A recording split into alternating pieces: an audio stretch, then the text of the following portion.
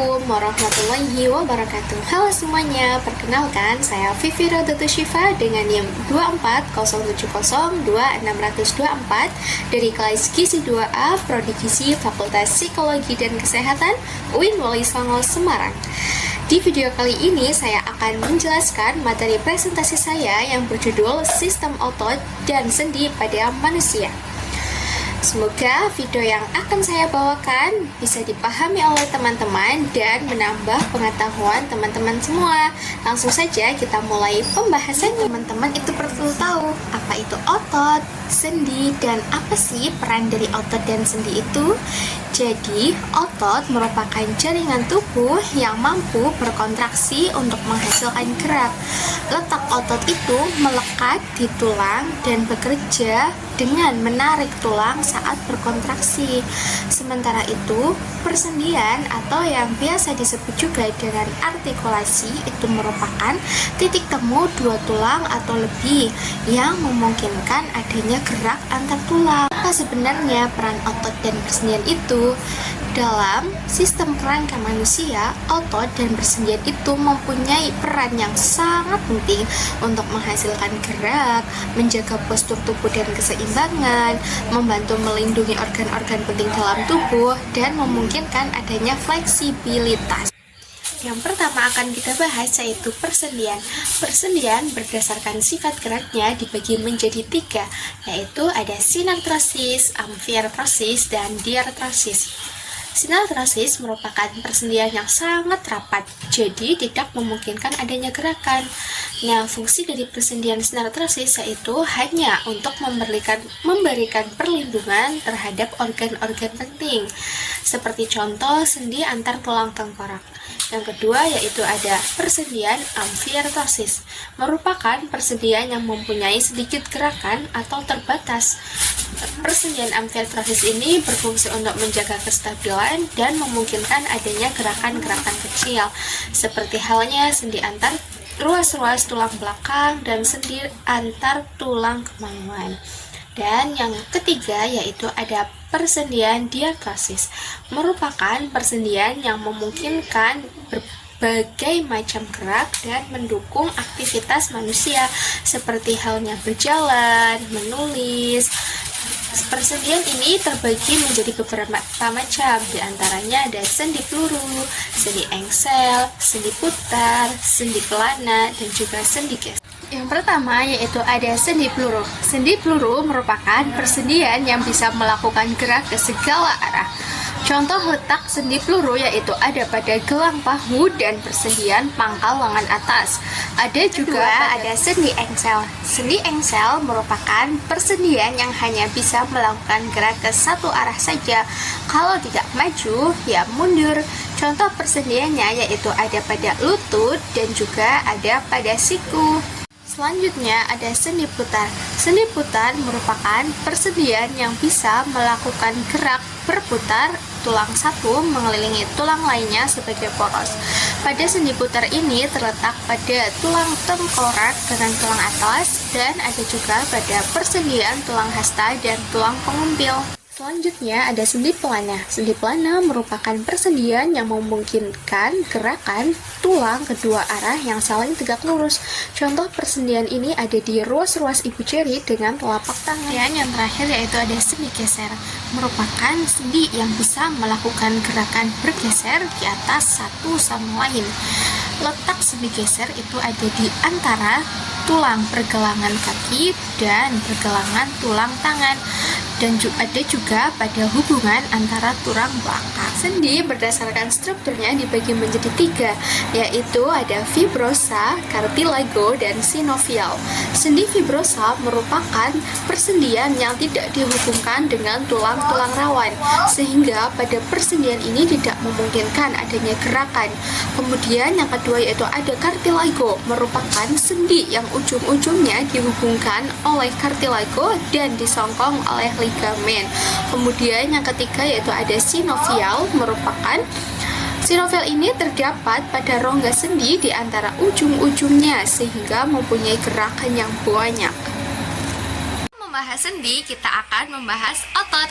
Jadi jenis otot itu ada tiga: otot polos, otot lurik, dan otot jantung. Yang pertama ada otot polos. Fungsi otot polos adalah untuk memberikan gerakan di luar kehendak kita, seperti halnya gerakan makanan di saluran pencernaan, dan juga ada pada pembuluh darah untuk mengontrol diameter darah. Yang kedua yaitu ada otot lurik. Fungsi dari otot lurik yaitu sebagai alat gerak yang aktif dan berkontraksi secara cepat dan kuat untuk menggerakkan tulang pada tubuh kita, seperti halnya kita menggenggam, mengangkat tangan, mengedipkan mata ketika kita kelilipan gitu. Dan kemudian ada otot jantung. Fungsi dari otot jantung yaitu untuk menyebabkan jantung menguncup dan menyebabkan juga jantung mengembang sehingga darah terpompa. Di tabel ini, teman-teman bisa lihat perbedaan antara otot polos, otot lurik, dan juga otot jantung. Ciri otot dibagi menjadi dua, yaitu saat otot berkontraksi dan saat berelaksasi. Otot saat berkontraksi akan mengeras, memendek, dan membesar. Berbeda ketika saat berelaksasi, otot akan mengecil, melunak, dan memanjang.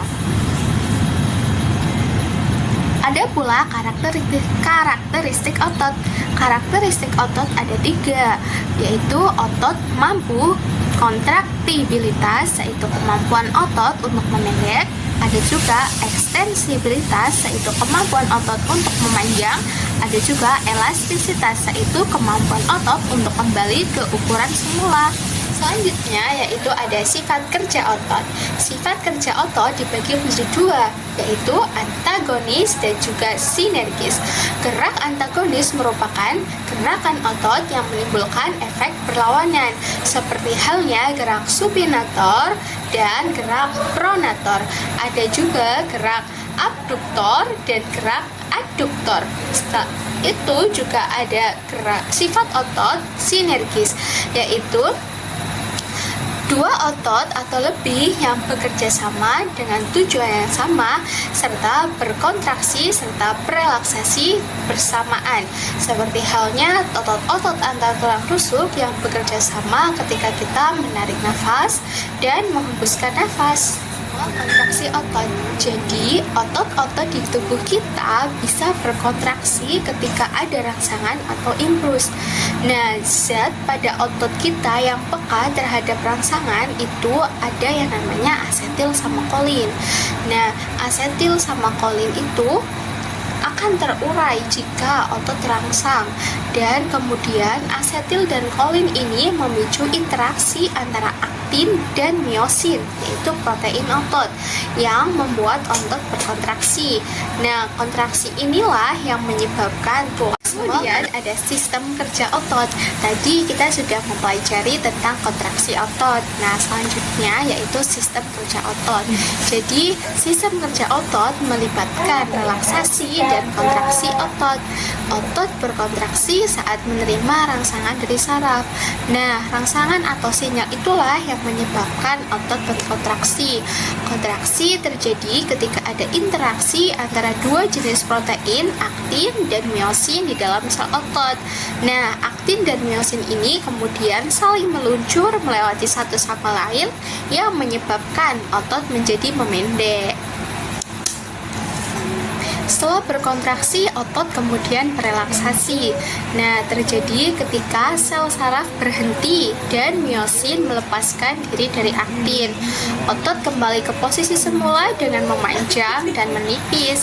Kontraksi dan relaksasi menghasilkan gerak pada tubuh seperti gerak bisa mengangkat tubuh atau menggerakkan anggota tubuh yang lain. Selanjutnya yaitu ada gangguan pada sendi dan otot. Gangguan pada sendi salah satunya yaitu artritis atau yang biasa dikenal dengan radang sendi. Pada kondisi ini sendi mengalami peradangan. Artritis dibagi menjadi beberapa macam. Salah duanya yaitu rheumatoid dan osteoartritis.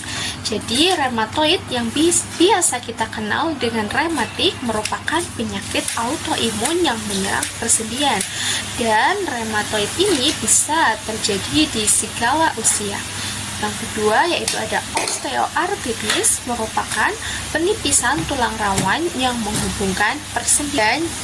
Gangguan yang kedua yaitu ada dislokasi, merupakan gangguan yang terjadi karena pergeseran sendi dari posisi awal ke posisi yang lain. Itu bisa terjadi karena ada ligamen yang rusak ataupun sobek. Dan ada juga gangguan pada otot. Gangguan pada otot yaitu ada tetanus yang bisa menyebabkan tersumbatnya aliran darah, kemudian ada artrofit yang bisa menyebabkan otot mengecil, ada kram yang menyebabkan otot-otot menjadi tegang. Agar otot dan sendi teman-teman tetap sehat, teman-teman harus rajin berolahraga, mengkonsumsi makanan yang bergizi, istirahat yang cukup, menjaga postur tubuh, melakukan peregangan, menghindari kebiasaan duduk terlalu lama, dan jangan lupa untuk tetap menjaga postur tubuh.